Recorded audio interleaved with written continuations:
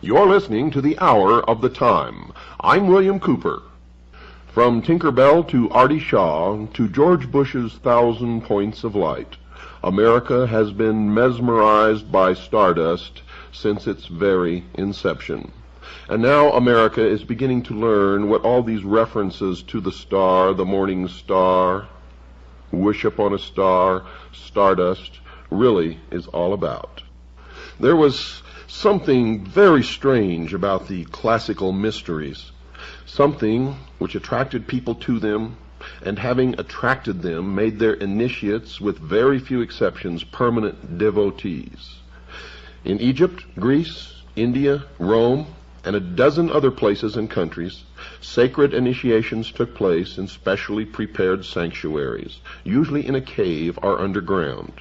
Priests of the mysteries enjoyed the profound respect of the masses, as well as that of kings and counselors, and in those days there was nothing really secret about it except the initiation rites and the knowledge which they retained for themselves, giving only the exoteric to the people.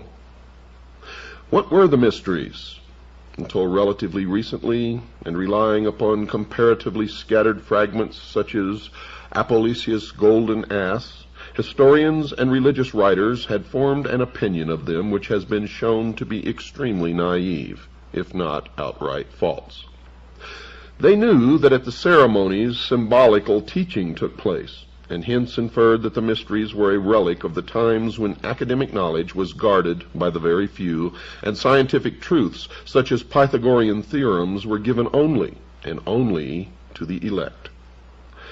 They knew also that orgiastic drumming and dancing formed a part of many of the rituals, and therefore told their readers that this was a degenerate form of religion or a mere excuse for licentiousness. They found that stories of ancient gods and heroes were recited, and were sure that the mysteries constituted little more than an underground survival of prehistoric religion, magic, or tribal initiation. Or maybe that's exactly what they wanted us to believe, knowing full well that it was false. And of course, if those who did the writing were members of the mysteries, they would never have allowed the secrets to be revealed to the profane. But times have changed, folks. The study of brainwashing and mind control and conditioning the mind within the past decade or so has helped to lay bare the essence of the mysteries and has answered the riddles which surrounded them. You see, in this process, those who had tried to keep the celebration of the mysteries alive, who had tried to revive them, have been shown up as relying upon the symbolic interpretation alone. And this revelation has been in its own way one of the most startling developments of contemporary religion. You see, for almost anyone, for instance, can get away with telling anyone else that he was an Egyptian priest in a former incarnation, because there's so very little verifiable material available to prove the reverse. It becomes obvious, though, when you attend a party populated by these nuts, when 6 people introduce themselves as having been Abraham Lincoln in a past life. But let anyone attempt to celebrate any of the ancient mystery cult's rituals, and unless he has a sound idea of how the human mind works, he is likely to escape the criticism of those physiologists who now see in the mysteries an almost open book. So let us return to a sketch of the conventional knowledge about the mysteries. In those of Eleusis, celebrated in Greece, the candidate had to undergo fasting or abstinence from certain foods. There were processions, with sacred statues carried from Athens to Eleusis. Those who were to be initiated waited for long periods of time outside the hall in the temple where the rites were to be held, building up a tremendous tension of suspense.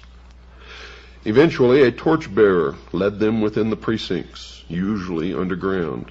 The ceremonies included a ritualistic meal, 1 or 2 dramas, the exhibition of sacred objects, the giving of the word,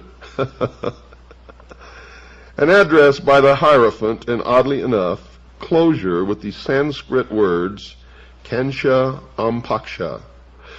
The elements included the clashing of cymbals, tension, and a certain degree of debilitation. Eating something, plus conditions which were awe-inspiring, strange. The candidate was in the hands of and guided by the priesthood.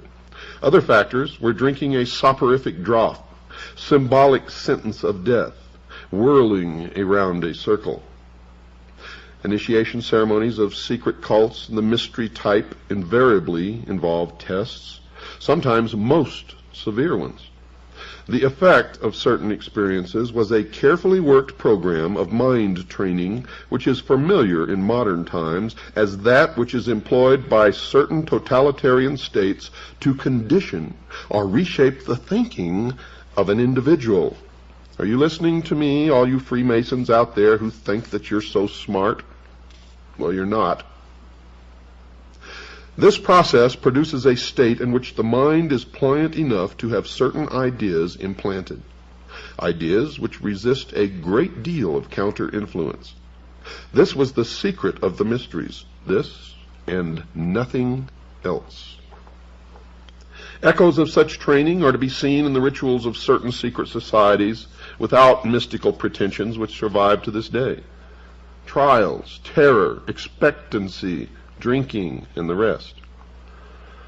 That this fact was known in the past, folks, is evidenced by the words of Aristotle, who was exiled because he was said to have revealed something about the mysteries, and he said this, quote, "Those who are being initiated do not so much learn anything as experience certain emotions and are thrown into a special state of mind," unquote. Well, what was this special state of mind? Folks, it was a plasticity in order that the conditioning might take permanent root. The psychologist William Sargent, the greatest authority on this subject, says in his classic Battle for the Mind, quote, "It seems, therefore, that there are common final paths which all individual animals, though initial temperamental responses to imposed stresses vary greatly, must finally take.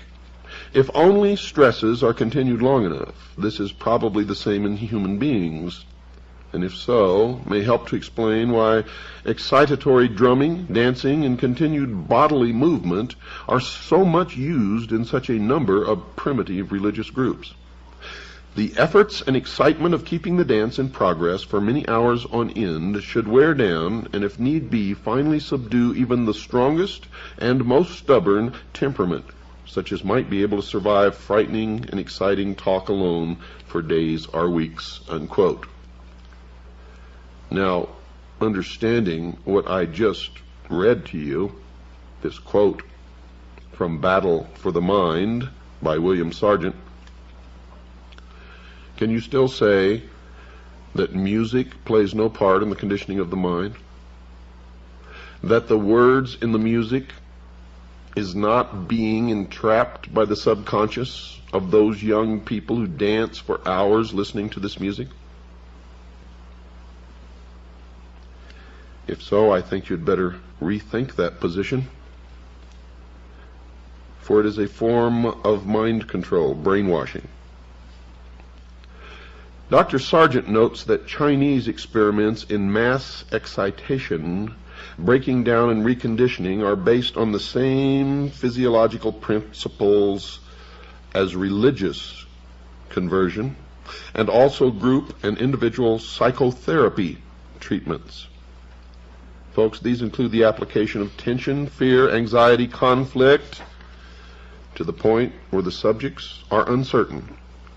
And in this state, suggestibility is increased and the old pattern of behavior is disrupted.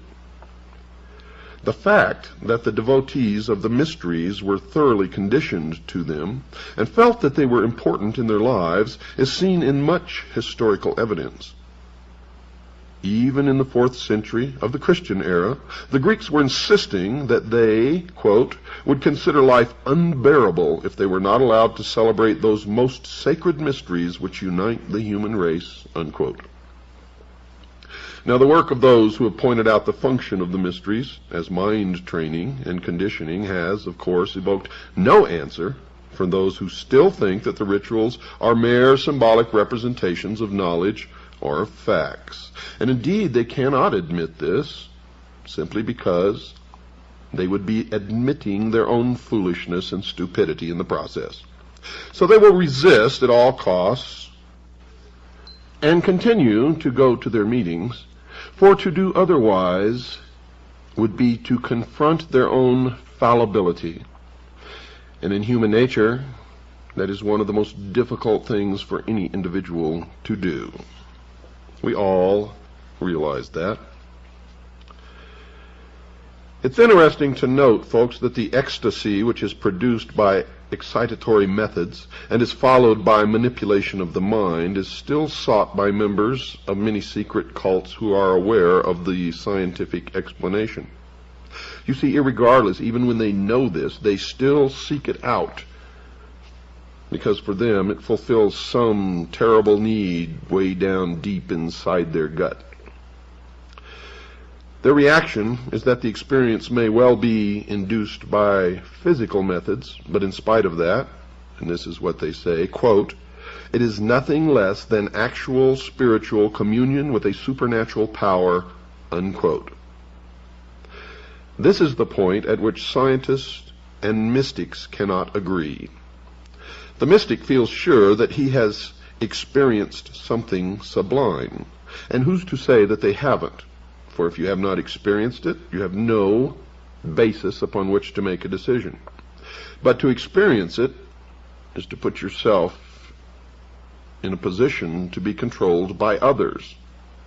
So we are in a quandary now. How do we explore this? The scientist tells the mystic that it is an illusion. He just simply will not believe it. The situation reminds one of the time when someone produced the soul of a departed relative to tell a spiritualist that there was no life after death. Although this is alleged to have happened in Ireland, one can visualize it taking place easily enough in the mutually heated atmosphere of scientists versus mystic anywhere in the world. The orgiastic side of the mysteries also has a place in the sphere of psychology. The catharsis, or the cleansing of the mind, which the secret cult of the Cathari experienced after ecstasy, is paralleled by the modern therapist's procedure in bringing his patient to a state of excitement and then collapse before implanting what he considers more suitable ideas in the mind. Christianity, of course, has not been behind in its use of the mystery system for initiates, for it was not until AD 692 that every believer was ordered to be admitted to the worship of the Christians, following the period when it was thought advisable to celebrate certain parts of worship in secret. You see, Christianity in the beginning was a secret society itself, and the correct name for it was the Friendly Open Secret Society, although in the beginning there was nothing open about it.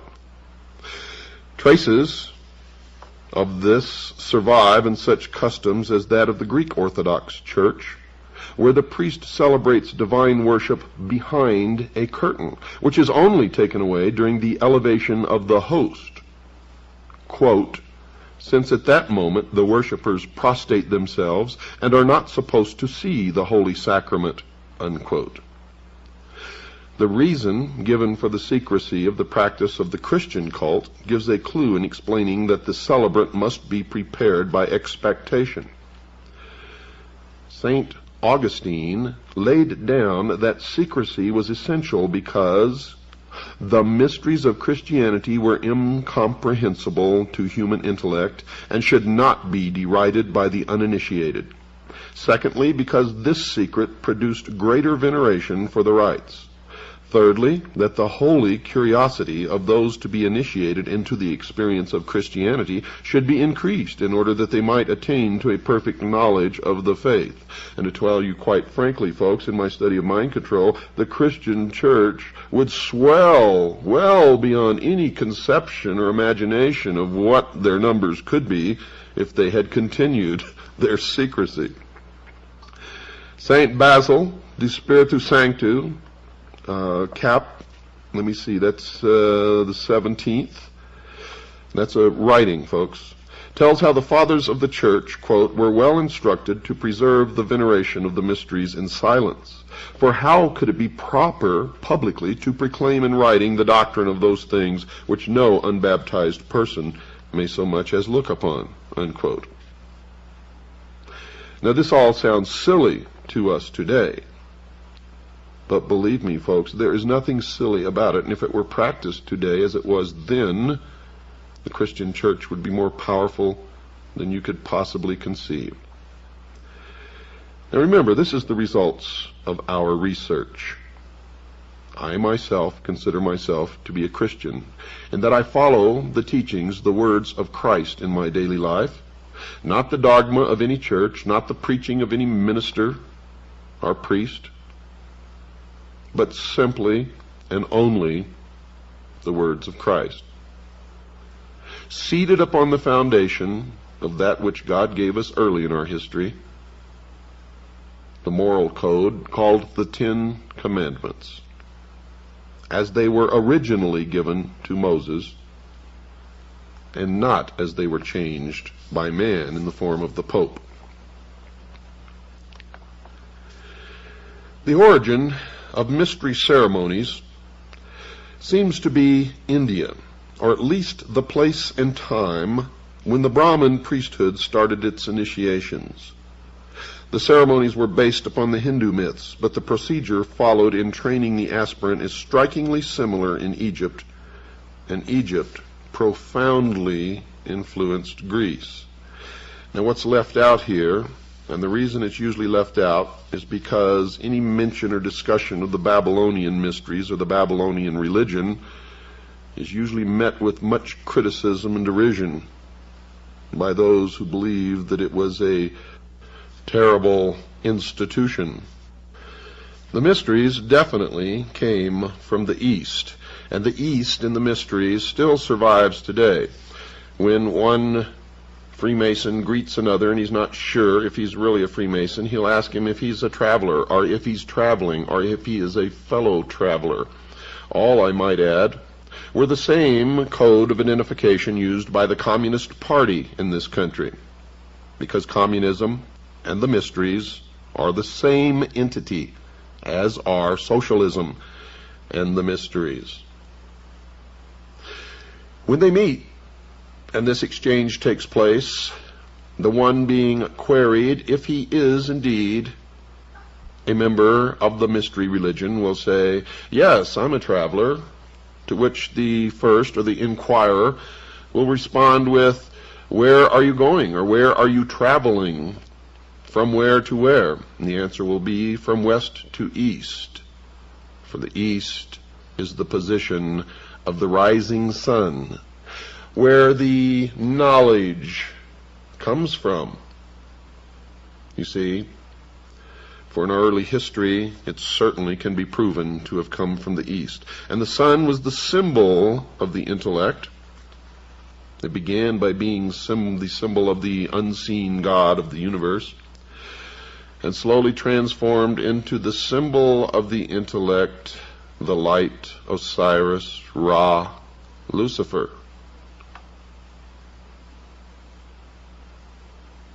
Prayer, fasting, and study were the first requirements when the Indian candidate prepared himself for the trials which were before him. All of this, folks, originated in Babylon at the dawn of civilization. For the actual sight of the great gods and for the final word or teaching which would be implanted in his mind when it had become sufficiently prepared to receive it. And if the weather was cold, he would have to sit in the snow or rain, naked. In the torrid heat, he sat in the full blaze of the sun with 4 fires built around him to give additional heat. And this was the first part of the undertaking. While he repeated prayers and repetitions, which included the invocation for his complete conversion. This latter concentration, folks, upon the desires of the candidate is applied in more than one of the mysteries. Some of the initiation ceremonies were cruel and painful. Coupled with the word which is given during the ceremonies, it means that the power of suggestion is being applied continuously and should penetrate into the mind at every moment when it is able to receive it. This period of dedication was succeeded by one in which he visited the underground cave of initiation. And when it wasn't in a cave, it was in a tomb or a crypt, such as the pyramids of Egypt, which were never tombs of pharaohs, but were, from the beginning until the end of their use, they were temples of initiation. Passing through a tunnel of complete darkness, the initiate emerged into the cavern, where 3 priests, dressed as gods, awaited him in resplendent and intimidating array. After being addressed and partaking in the oration of prayers, the initiate walked rapidly around the temple several times, this called circumambulation, and was then carried through several subterranean and unlit caves. During this time, there were wails, screams, and shouts from every side, while illuminated specters and other horrors abounded. At the end of this terrible experience, the aspirant came to 2 doors, which, when thrown open to the sound of the sacred conch trumpet, the conch, folks, is a shell, revealed a scene of brilliance and glory. This hall was full of every delight in the form of pictures, music, and perfume. The initiate walked to an altar in the room where he was again harangued and presented with his 7-fold cord which marked his passing through the initiation. Now, if we compare these proceedings with those which were said to be carried out among the Egyptians, the parallelism is startling even today. The candidate was taken to a well, which he had to descend until he came to a tunnel. Torch in hand, he passed through a door, which closed with a resounding noise, as if never to be opened again. He was met by frightful figures, which offered him a last chance of going back. Then he passed through a fire, swam through a dangerous underground stream, and as soon as he reached a door and touched a ring to open it, a blast of air blew out the lamp, which gave the only available light. Some type of machine swung him over a bottomless pit, and just as he was on the point of exhaustion, an ivory door opened, and he found himself on the threshold of the resplendent temple of Isis. Here the priests received him into their company. After this series of tests, he had to undergo fasting and what would nowadays be called indoctrination before he could be considered completely initiated into even the 1st degree. The foregoing experiences were followed by the higher degrees, those of Serapis and Osiris. And in the process, the wives of the priests would tease him and cajole him and try to get him to make love to them. And if he successfully resisted, then he could say that he had passed all the tests. But if he succumbed to their advances, he was not considered worthy. It is needless to outline the beliefs and methods used in the Chinese, Japanese, South American, and other mysteries, because while the legends which are inculcated may vary in some way, they are all essentially and basically the same. The training hardly varies at all. The real mystery of the mysteries, folks, is how and when man first discovered the use of certain procedures to condition other men and thus rule them and control them, and whether the discovery was instantaneous or gradual, or simultaneous or at different times and places. But one cannot date doctrines as one can archaeological finds by radioactive carbon dating. And so you've reached another milestone in your education into the mysteries, and this program is only half completed. And again, I must remind you that we have just begun, for we are essentially covering 6,000 years of the history of a hidden religion known simply as the mysteries. To Christians, it is Mystery Babylon. To others, it is called the Invisible College. In all cases, it belongs to those who consider themselves in possession of the only truly mature minds, and thus the only ones capable of knowing certain advancements in technology, sociology, and many, many other things. They call themselves the guardians of the secrets of the ages. And I can assure you, folks, they are in complete control of all elements of our society, military, and government at this time. So it is essential that you learn these facts about them and their organization so that we can decide our future. Don't go away, folks. We've got to take a short break. I'll be right back right after this pause. The cult of Mithra, the intercessor between man and the Persian divine power Ormuzd, was once an extremely widespread one, for it is the original cult of the sun. From its origins in Persia, the faith spread to Babylonia, Greece, and finally the Roman Empire, where it struggled against Christianity at the latter's inception. Christianity believes that it won with the decline of the material virtues of the Romans, but there are people who worship the solar deity today, and even London has its Mithra temple. Mithra was said to give his worshippers success in this world as well as security and happiness in the next. Sound familiar, Freemasons? He was originally a genie, the worldly representative of the invisible power which ruled the affairs of men. Later, and the cult probably has a history of over 6,000 years, he became thought of by his devotees as being not just one of the 28 genii, but the only one which mattered, and the only one who could cater for the wishes and needs of the people. Thus it was that the ancient Aryan worship of Ahura Mazda, the Supreme Being, was displaced by that of one of his representatives. Now, one way, folks, you can tell who or which corporations or businesses or societies belong to these cults is to look at these names, such as Saturn, Mazda, etc.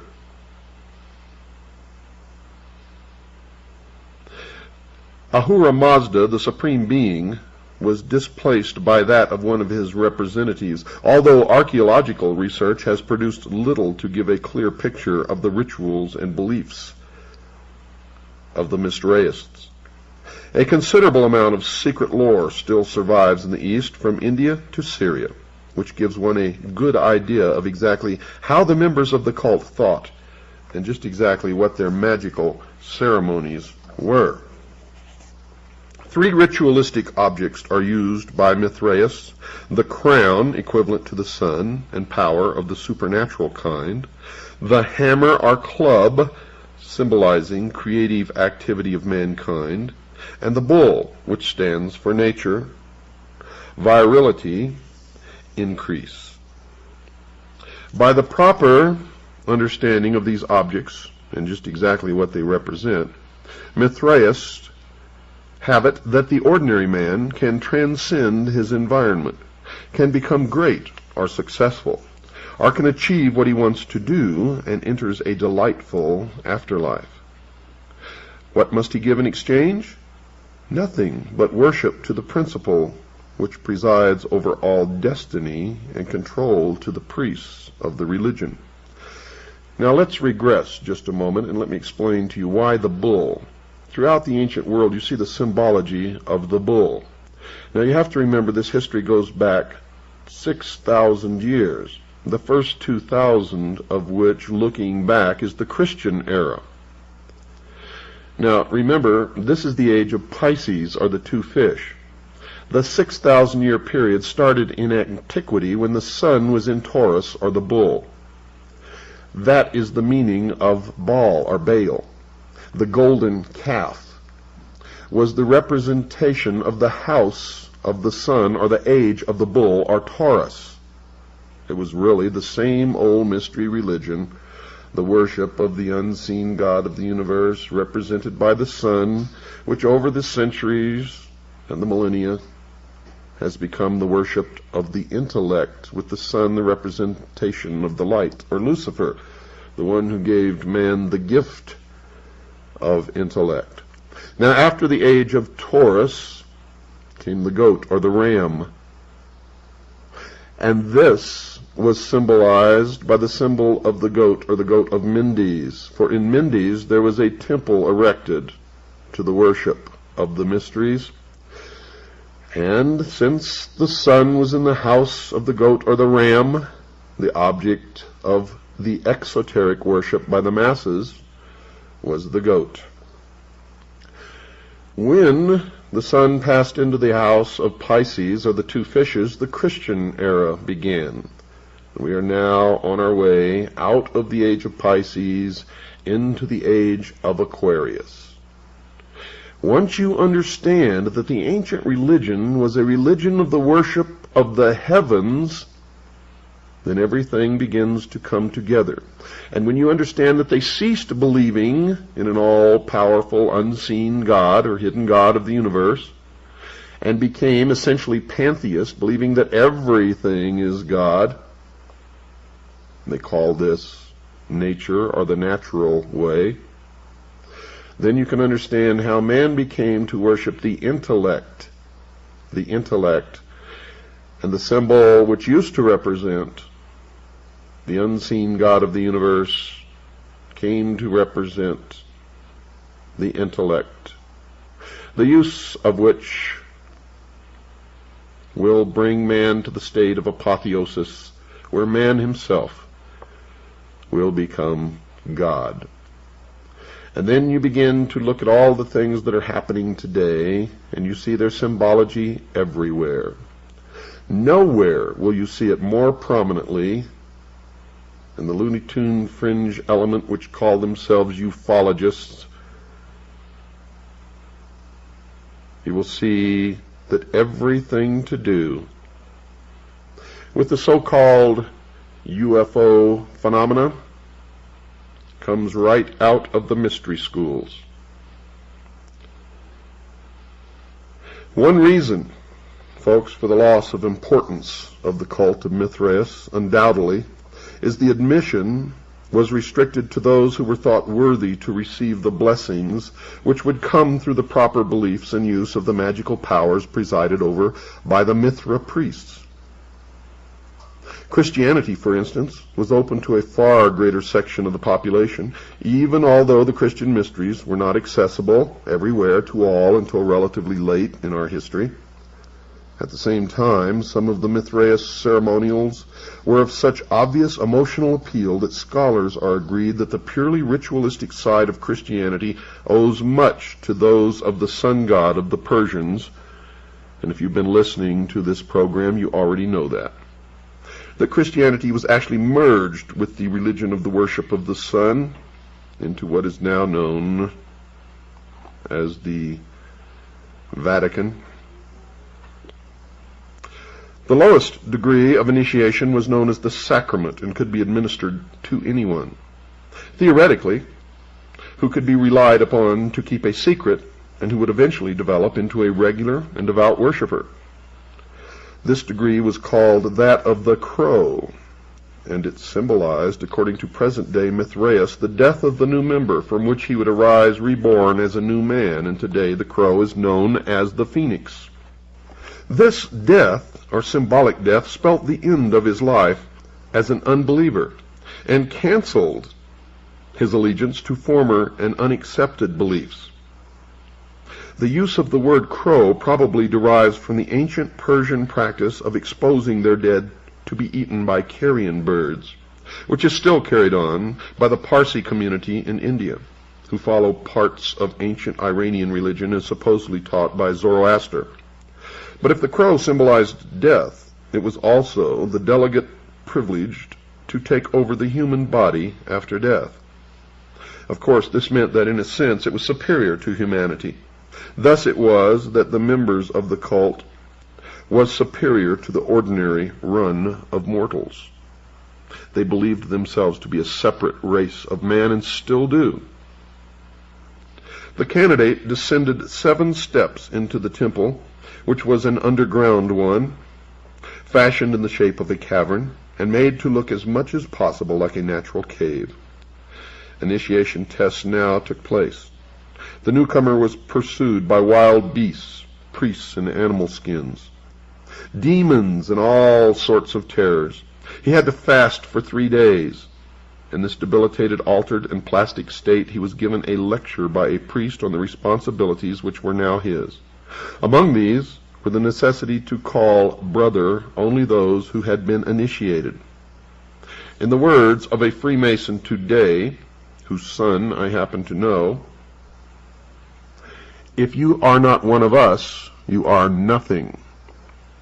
Those words were spoken to his son when he asked his father why the Freemasons that he knew and his father were persecuting a local businessman and trying to drive him out of business. Now bear in mind that his son was not a Freemason. Let me say those words again for you folks.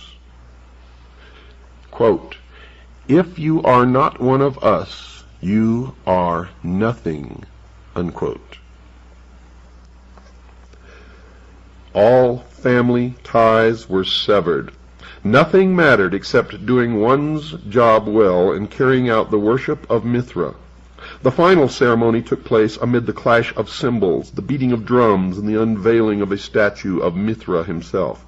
This latter showed Mithra as a man carrying a bull by the hind legs.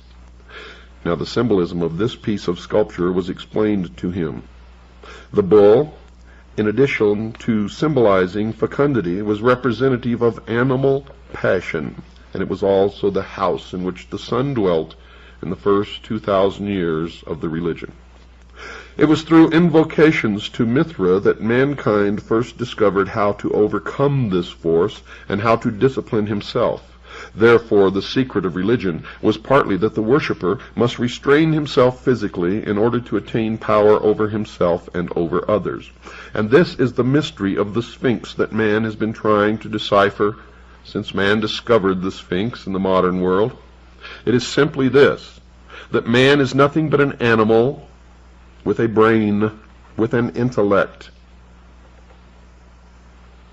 It is to remind us, folks, it is to tell us that no matter what you think or how high you get, you are still nothing but an animal with an intellect. Period. This graphic teaching of the diversion of sexual power into psychic channels shows that the Mithraists followed in essence the pattern of all mystery schools which believed in the production of power through discipline. In this they are clearly distinguished from the more primitive and less important orgiastic schools which merely practiced indiscriminate indulgence, mass immorality, and so on. The neophyte in this initiation then drank a little wine from the symbol to show that he realized that the symbol is the means whereby ritual ecstasy comes, which puts him in touch with the higher powers. Now 2 long lines of initiates knelt on either side of the low stone benches which traversed the crypt, Remember, George Bush was initiated in the crypt or the tomb at Yale University into what is known as the Skull and Bones, the Russell Trust, the Brotherhood of Death. Now, remember, 2 lines of initiates knelt on either side of the low stone benches which traversed the crypt, and as the new member, accompanied by the priest who were initiated him, walked along the central aisle for the eating of the bread, a number of pieces of dried bread were placed on a drum, similar to those which were being softly beaten by one of the priests. The candidate ate one morsel, signifying that he accepted Mithra as the source of his food. This bread, according to their beliefs, had been exposed to the rays of the sun to absorb some of its quality, and thus the worshipper was partaking of the nature of the sun itself in this ritual observance. But it goes deeper than that, folks, because the sun is what enables all life to exist on this planet, being that the planet is at the perfect balance where it is neither too hot nor too cold, and that the planet is tilted upon its axis, creating the seasons which enable food to be grown in the more northern latitudes than if the Earth was stable on an axis where only one portion of the globe always was in direct alignment with the sun. Then it would be too hot at the equator. There would be one narrow band in the northern and southern hemisphere where crops could be grown, and it would be too cold in the northern and southern hemispheres. So this ritual observance has scientific fact behind it, in that the bread indeed did come from the sun. And now the initiate was taught the password of the cult, which was to identify him to other members, and which he was to repeat to himself frequently in order to maintain the thought always in his mind. Quote, "I have eaten from the drum and drunk from the cymbal, and I have learned the secret of religion." Unquote. This is the cryptic phrase which an early Christian writer, Maternus, reports as being taught to the Mithraeus, quote, by a demon, unquote. The second degree of initiation was called the secret, and during this the candidate was brought to a state of ecstasy, in which he was somehow made to believe that he had seen the statue of the god actually endowed with life. Folks, it's not likely that there was any mechanical method by which this was done, because no such apparatus has been found in Mithraic temples unearthed. The candidate was brought up to the idol, to which he offered a loaf of bread and a cup of water. And this was to signify that he was a servant of the god, and that, quote, "by what sustains my life, I offer my entire life to your service," unquote.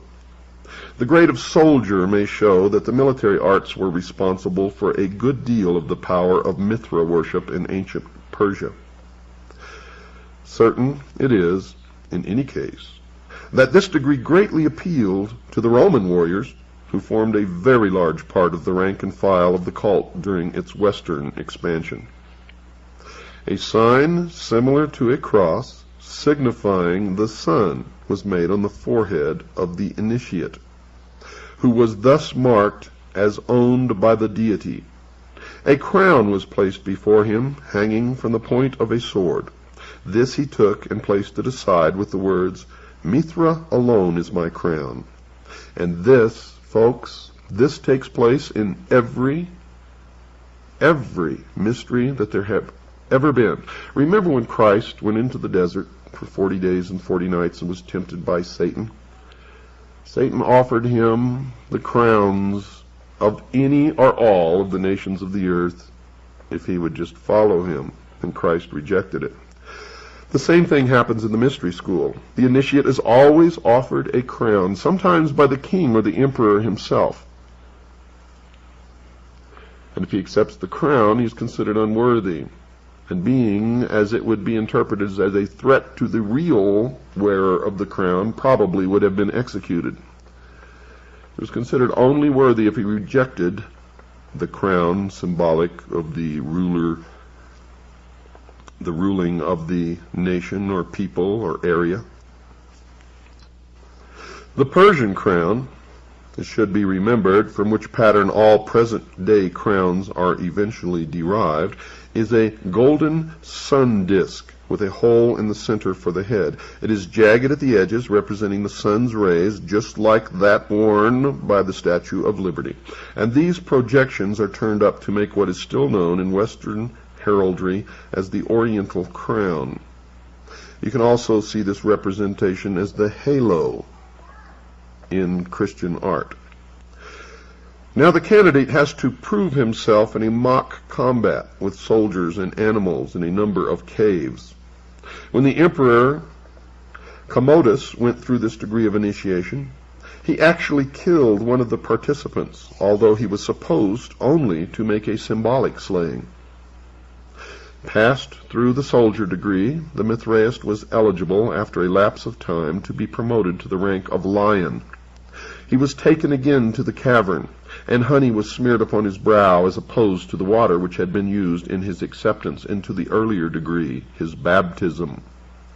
The degree of lion was taken only by those who had decided to dedicate themselves completely to the cult, and who would henceforth have no truck with the ordinary world. The lion was, then, a sort of priest, but rather more of a monk. He was trained in the rites of the cult and told certain secrets. The degree of lion of Mithras could only be conferred only when the sun was occupying the zodiacal sign of Leo, and that's about July 21st to August 20th, during the Persian month of Asad, the lion.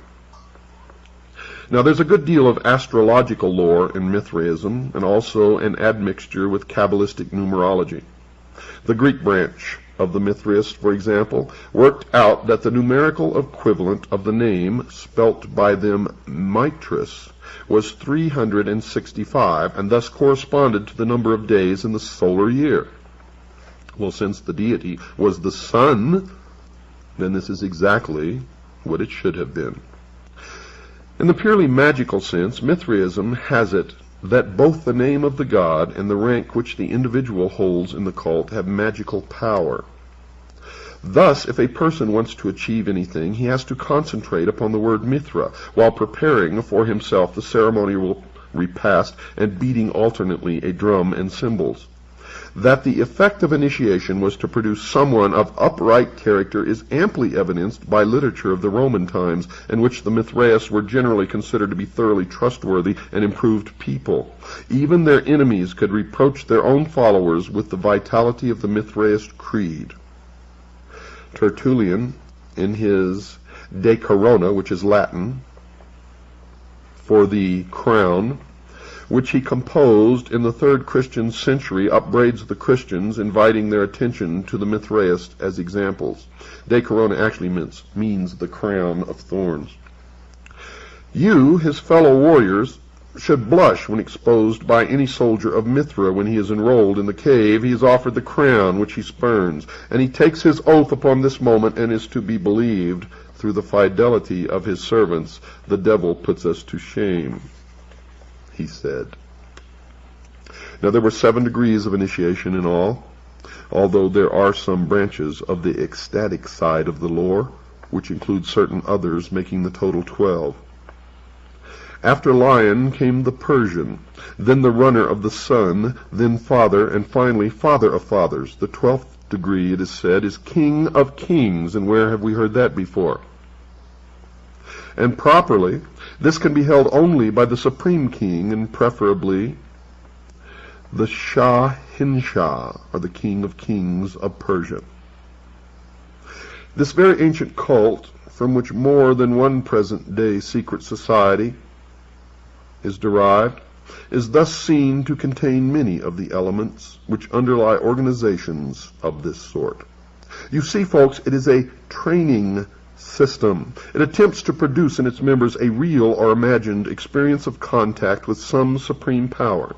The magical element is there too, shown in the belief in the power of certain names to achieve things which cannot be done by men. Mithraism was not an anti-social society in the sense that it did not conflict in its aims with the objectives of the countries in which it flourished, and hence it did not threaten the established order. It was tolerant of other creeds, just like Freemasonry is now. You can belong to any religion and join at the lowest level, but I guarantee you when you reach the highest, you will belong to only one religion. The tolerance of other creeds meant that it did not attempt to supplant them.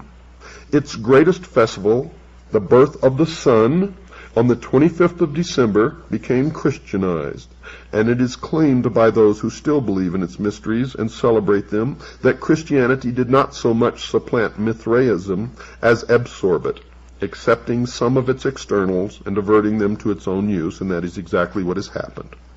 Perhaps, incongruously, a present-day follower of Mithra in England recently likened this phenomenon to the eclipse of the Liberal Party. Quote, "Because the two other parties have taken over its objectives and widened the basis, only the actual initiates of Mithra know what has been lost in the process." Unquote. So the young man in the Phrygian bonnet, sometimes seen as the conqueror of the bull, or even as a man with a lion's head, still has his devotees. And folks, the sun still shines. So what has all this got to do with stars and stardust? Many people believe that Venus is the morning star. In the ancient days, they say that it was Sirius that rose just before the sun with a red cast to it and then turned a brilliant white as it rose up into the heavens. Well, folks, if you really think about it, the sun is the morning star.